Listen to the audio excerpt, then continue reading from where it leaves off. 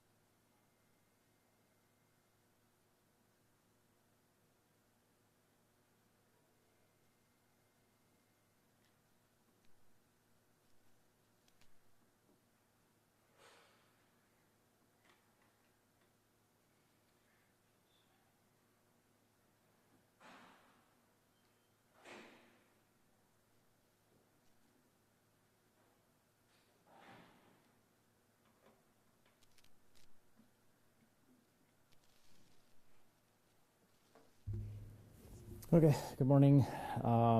Just going to jump right into things on the log. The aggravated assaults, a few of those, most of those are domestics.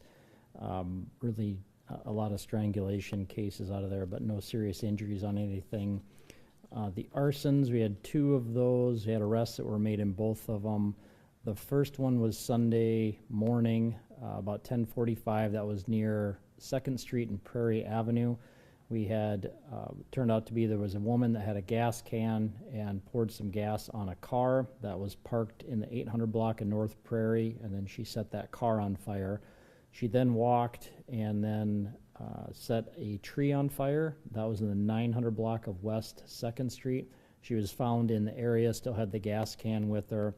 She was arrested for 2 counts of arson, 2 counts of reckless burning, and then 1 count of intentional damage to property.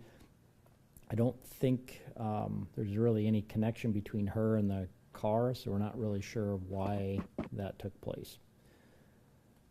The other one, that was a guy that started, I believe it was some rope near a garage, and that was on South Spring, the 2700 block of South Spring Avenue. That was about 1:40 p.m. on Sunday afternoon.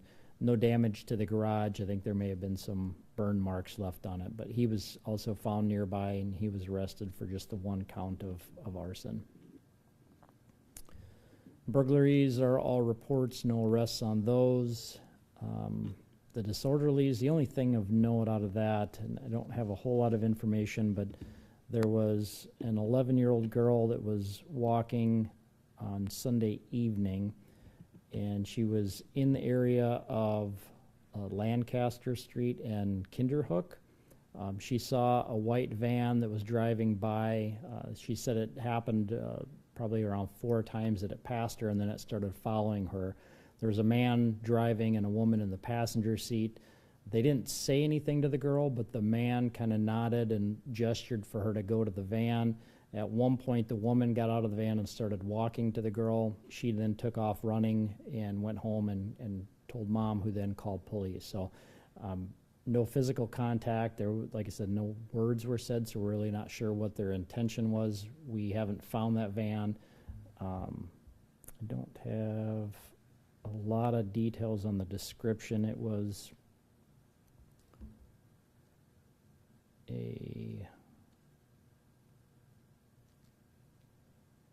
white van with a lighter colored stripe around the vehicle, and then a back window was broken. That's pretty much all I have. Both the man and the woman were around 30 years old and then had dark hair, but I don't have any further descriptions from that. Grabbing the door. Any questions about that one? Okay. The other disorderlies are just reports, really nothing of note from there. Family offenses are reports, frauds, ID thefts and reports. Larcenies, I didn't have a chance to get to those. Most of those are shopliftings. The sex offenses, both reports, no arrests on those. And the vandalisms, we didn't have anything concentrated in any one certain area. And then there was 2 weapons violations. One of them, somebody found a bullet hole in the window to their home. Nobody was home at the time when, believed to be home at the time when it happened. And then the other one was a shell casing that was found that somebody was firing a gun, but no damage was reported. That's it, unless you have any questions. Do you know if there were drugs and alcohol involved with that car, the lady starting the contact fire? There wasn't anything mentioned in the report about any drugs or alcohol. Let me just double check. I didn't think she was charged with anything else.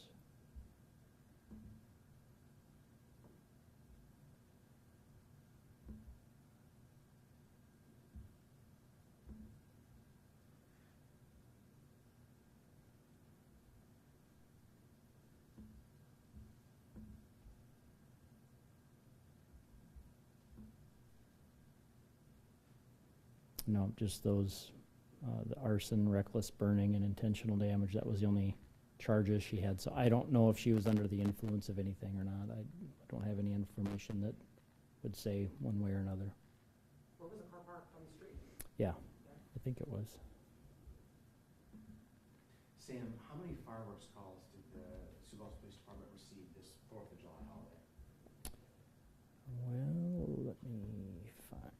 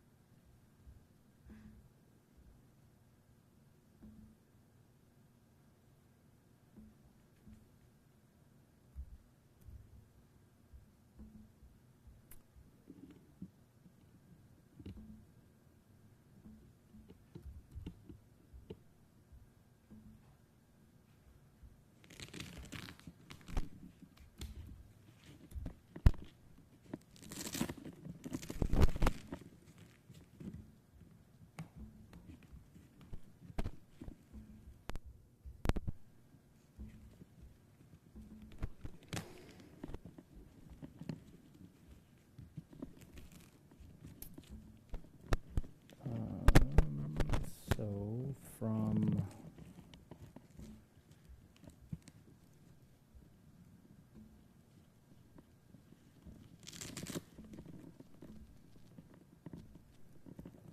I did from the 2nd just through today, we had 325. 325? 300, yep, 325, 325. It's pretty much what we've seen in the past, just kind of a slow buildup. On the 4th, that's when the bulk of them happened. 135 fireworks complaints on the 4th itself. 60 on the day after. Some of those may have been after midnight, and then things kind of dropped off from there. And this is relatively comparable to recent 4th of July holidays? Yeah, I had looked in the last few years, and it ranged from 300 to 600. That's usually kind of, I guess, that same time frame, just the few days before the 4th and then a few days after. That's usually what we see. So I would say this falls in line with what we've seen in the recent past. And then how many fireworks tickets did the department give out? Let me see if I can find that.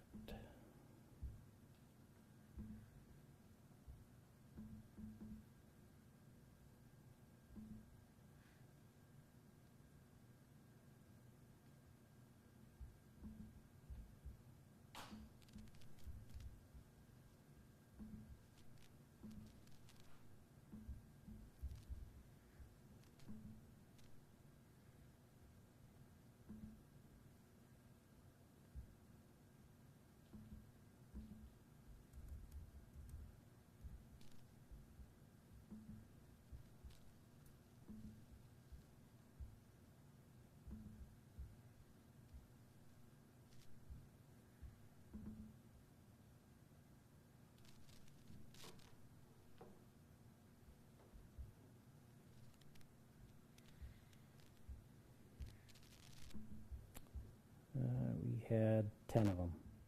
Oh, I'm sorry. That's citations and warnings.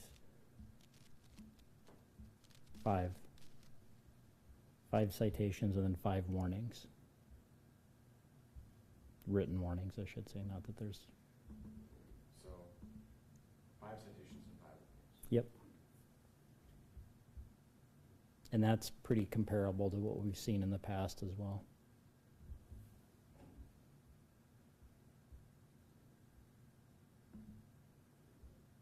Anything else? Okay, thanks.